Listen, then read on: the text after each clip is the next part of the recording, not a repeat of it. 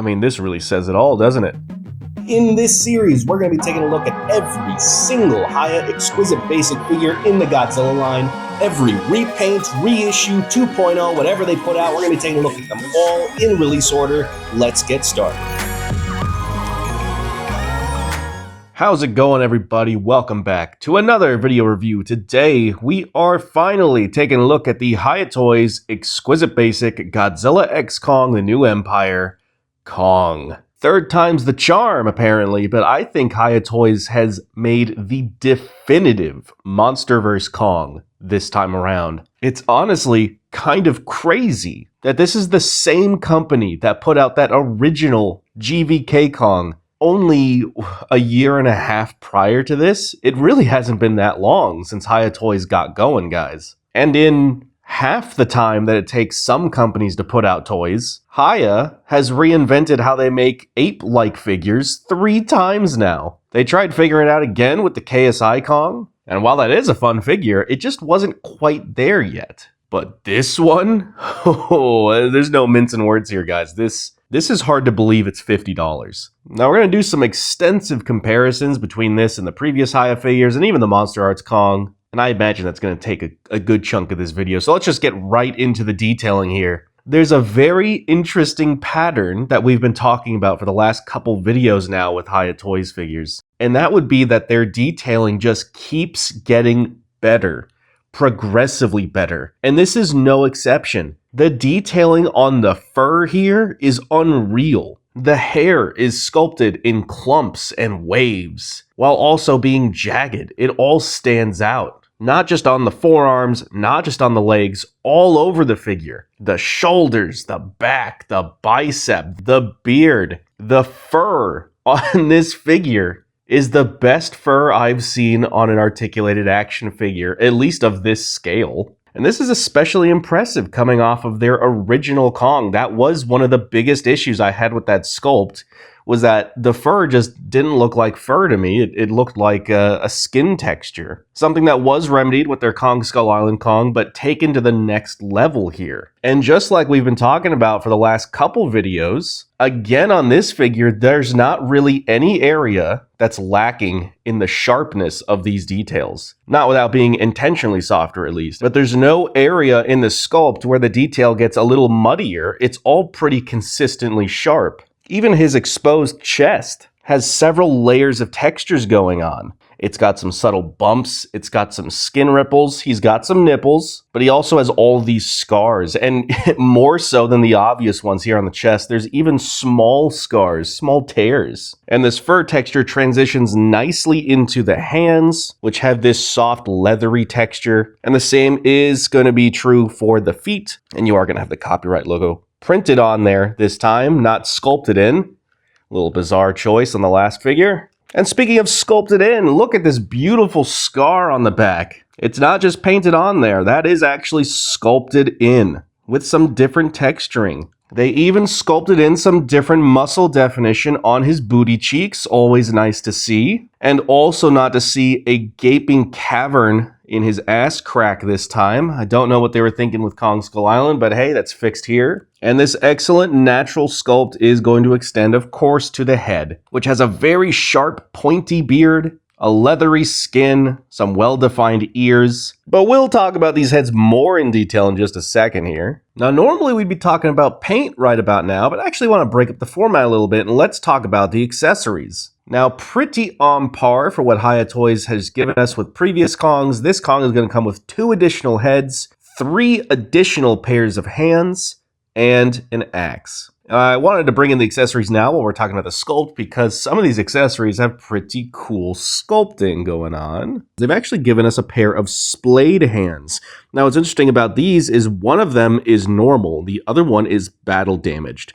There is going to be some fresh wounds on the palm of this hand, and there is going to be I believe this is supposed to mimic the frostbite damage he takes from his battle with Shimo. Now, the teeth and the mouth are actually some of the best things on those older Kong figures, and I'm very pleased to report that at a minimum, this looks as good, but I actually think it looks a little better. They've retained all of that sharp detailing on the individual teeth, while giving us the standard of fare for the interior of the mouth. Look at all that excellent interior detailing. Incredible. And taking a look at the new battle axe included with this Kong, this is a different axe than that original Kong axe. There are some subtle differences, most notably being that this is much smaller. That original axe was a two-handed weapon, basically, and this is scaled down considerably to be a one-handed battle axe. Another difference is that original axe was two parts. You would slide the hilt off. This is just one solid piece. In terms of the sculpted detailing, though, there's a lot of very fine leather work there on the wrappings. It's very subtle, but it looks so incredible. And Godzilla's spike, as usual, looks very nice, although still a little different than how it looks on the actual Godzilla figures. But hey, that is a-okay with me. It makes for a very nice weapon. And the bone that the axe itself is made from, it's going to have some different texturing going on. You're going to have some of that bone-like texture down at the bottom, but the middle section and the top section is going to be a little softer for good reason. And that's a pretty good segue into the paint section of this video now. So, yes, while some of this axe, notably where these light brown sections are, is a softer material, softer detailing, it's actually going to be because this entire axe is transparent plastic, and it looks so fucking cool. Even Godzilla's spine there is transparent and it's painted over, and this thing simply looks incredible. And that would also be why this thing is one solid piece. It's a softer plastic, so it's very malleable. Talking about the rest of the figure now, the paint is pretty simple, but equally impressive. The base color for all his fur is going to be this very dark brown, almost gray, but it is a brown. And it's going to be highlighted with all this moss green that's dry brushed all throughout the fur. There's not a terrible amount of washes applied to this figure. It's mostly going to be that moss green bringing out a lot of that sculpted detailing. And it is everywhere. The entire color palette of this figure is going to be this grayish brown with some green highlights. The skin itself is going to be a much deeper, dark gray. This is, again, most notable on the feet. The scars are excellently painted. No paint spillage whatsoever. Very impressive to see, even here on the midsection of the body. Speaking of scar tissue, taking a look again at that splayed, battle-damaged hand. So the entire top of the hand there, at least on the skin texture, is going to have this glossy, deep maroon red. It looks almost bloodied. It is very glossy. It is extremely shiny. And then the palm of the hand, again, is going to have that fresh scar wound. These scars are a little less impressive. I believe they are sculpted in there, but the paintwork just kind of looks boring. I feel like that could have used a little more transitional work done there. It's just kind of like they drew red on it and called it a day. Now, looking again at this head, we're going to be using the roaring head as a good example here because it just has the most to talk about. Again, this paintwork is simply incredible. All the teeth have this aged yellow bone-like color to it with a dirty brown wash applied only on the teeth to really get them feeling a little grimy. And then the interior of the mouth has that natural pink with a nice shiny gloss finish. And there is a little bit of almost a brown wash applied on there too. Again, just to make everything look a little grimy, a little more realistic. And he is going to have the metal tooth painted on only on the roaring head. This is the only head where you're going to see that metal tooth, but it is there. There's no sculpted difference. It's just a different color painted on for the tooth. It does look nice. I think it could have been a little shinier, perhaps. Now, I think the most impressive thing about these head sculpts is going to be these eyes. These eyes aren't painted on. These are glass eyes. I mean, they're probably not real glass. It's probably plastic, but it gets the same finish across. These eyes look so incredible and lifelike. They are going to have an orange iris back there with a black pupil, but they're going to be behind, a plastic or glass eyeball. Now, this does have one downside, which is that you do need the lighting in a very specific orientation to really make those eyes pop. And if that lighting isn't there, you're not going to see much of the eyes. They're going to look a little soulless, but when you get the light catching the eyes just right, my God, they look so damn good. Imagine getting some Toho Godzillas with these kind of eyes. Oh, man. Now, as if that wasn't impressive enough, let's talk about articulation now. So, just starting from the top down, the head is going to be on a 2 ball joint system. You're going to have 1 ball joint here above the neck and 1 down here by the neck. It's going to let you move the head all the way up like so. It can only look down about that far, and that's mostly due to the beard catching the sculpt there. And it will be able to rotate all the way around. That's just this top ball joint pulling in some work. Again, it can rotate here at the neck, and the neck is able to move a little bit on its own, but you're going to be getting most of the movement here at the top, with the neck here just kind of allowing for a little more range, like so. Now the shoulders. I don't know this for a fact, but I think the shoulders are just long pinned hinges, and I think it does have floating shoulder pieces. It's either that or it's 2 pinned hinges. Again, I'm not 100% certain, but I'm pretty sure it's just 1 singular hinge. Either way, the shoulders are going to be able to raise all the way up like so. You can rotate them completely around. In fact, this might be a ball joint. And then this shoulder piece, I think, is just a free-floating piece. Again, I'm not 100% certain, but it does not get in the way of articulation whatsoever. It can rotate around with the shoulder, or it can remain in place and the shoulder can rotate around independently. Either way, very cool to see. And yes, the arms can now go all the way down just from the shoulders. Look at that. It only took 3 Kongs to be able to do this, but holy shit, is it really that much of a game changer. Talking about the elbows now, you're going to get a hinge, a pinned hinge here and a pinned hinge here. That's going to let you curl the arms almost completely. And then you can rotate them here above the elbow and here below the elbow. You could probably spin it all the way around, but you're going to be fighting with the sculpt quite a bit due to all the fur. The wrists are going to be what we've been seeing recently, where you're going to have a floating, or not a floating, a mid piece here with a ball joint and a ball joint here. So you can curl the wrists pretty far. You can get them straightened back pretty far, and you can rotate it at both parts there. This is not a revolver joint. It's just a free floating ball joint, both here at the wrist and above the wrist. And there is a sculpted neutral point here. There's a bit of the skin texture sculpted into the wrist. So if you start rotating that around, you get a little lost. Just find that bit. That's where the wrist is supposed to be. And then you just flip it around like so. All right, talking about the body now. This actually does have 2 different ball joint sections. You're going to get a big one here around the belly button and then one up here by the chest. So you're going to get the most range here down by the waist. Look at that. You can crunch forward about so, go back about that so, and you get all this rocking motion. This is pretty standard for what we've seen from previous Kongs, but the added joint here is going to give it a little extra. Not a ton, but just a little bit. So it can crunch forward about that far, and you're going to get a lot of back arcing. Look at that. That's a lot of movement here with this extra joint. You will be able to rotate it up here. You're not going to get a ton of sway. You can kind of swing it. Oh, actually, you're going to get a lot more than I was expecting. Moving on to the legs, these are going to be the wonkiest part of the figure, and we'll talk about that in a second. But here at the hips, these are going to be, I believe, ball joints, so you can splay them out that far. You can bring them in only about this far, and they can rotate all the way around, although you will get some collision with the the cheeks back here. You are going to get a cut here at the thighs that you can rotate all the way around. And the knees are going to be double hinges. So you can bring them back about that far. You can get a little bit of movement there, but it's not a ton.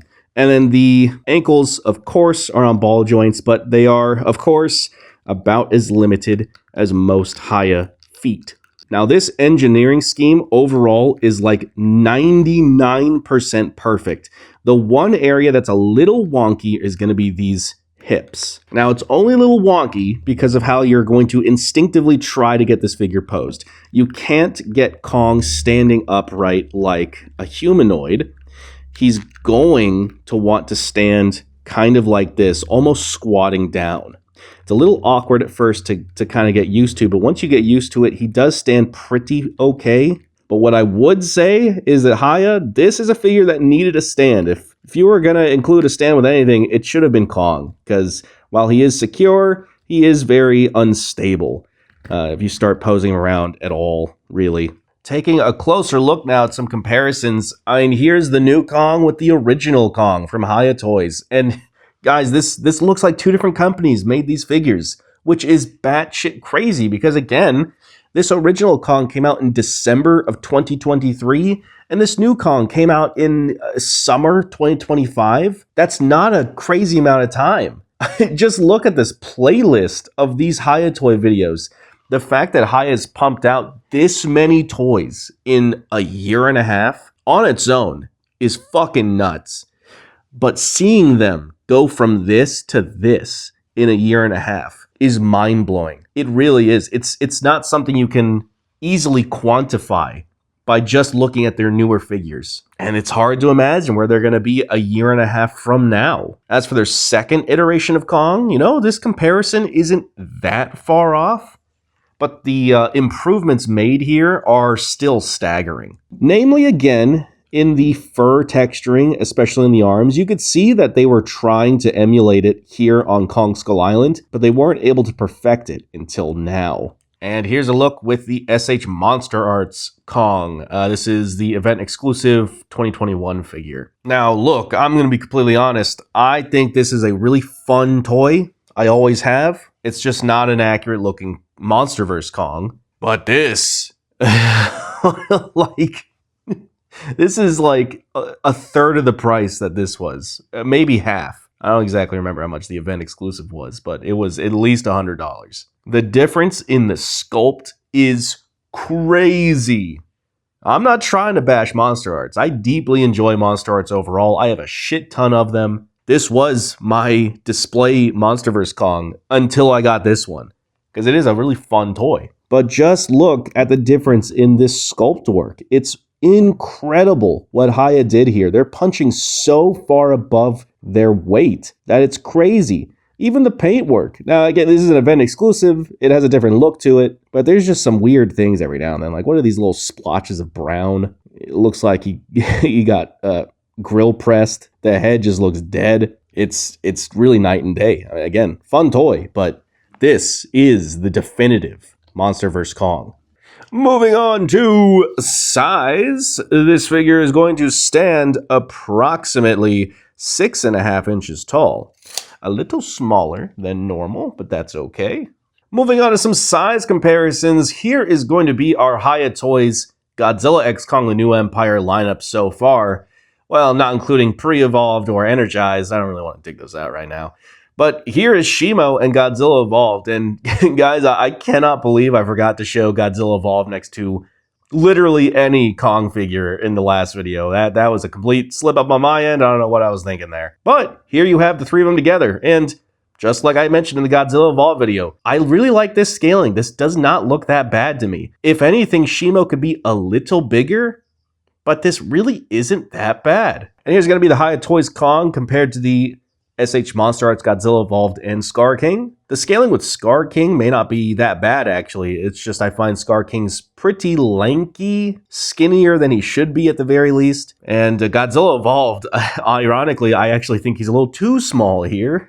It scales better with Shimo, perhaps, but Kong is just so much bigger mass-wise than the Monster Arts Evolved here, at least in my opinion. And what do we have here? Well, here's how your Hiya Toys Kong would look next to some Playmates figures. That's right, Playmates, I respect the game here. So here you have the Playmates Drowned Viper, One Eye, and Suko. And I'm not gonna lie, these look pretty good together. And firing off some more standard size comparisons that we do here. Here's a Hiya Toys Godzilla, Super 7 Super Kaiju figure, Bandai action figure, Monster Arts, Titanic Creations, and a banana.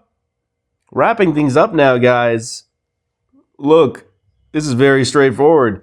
This is the definitive Monsterverse Kong action figure on the market. Hands down, no questions asked. I have very few issues with this figure.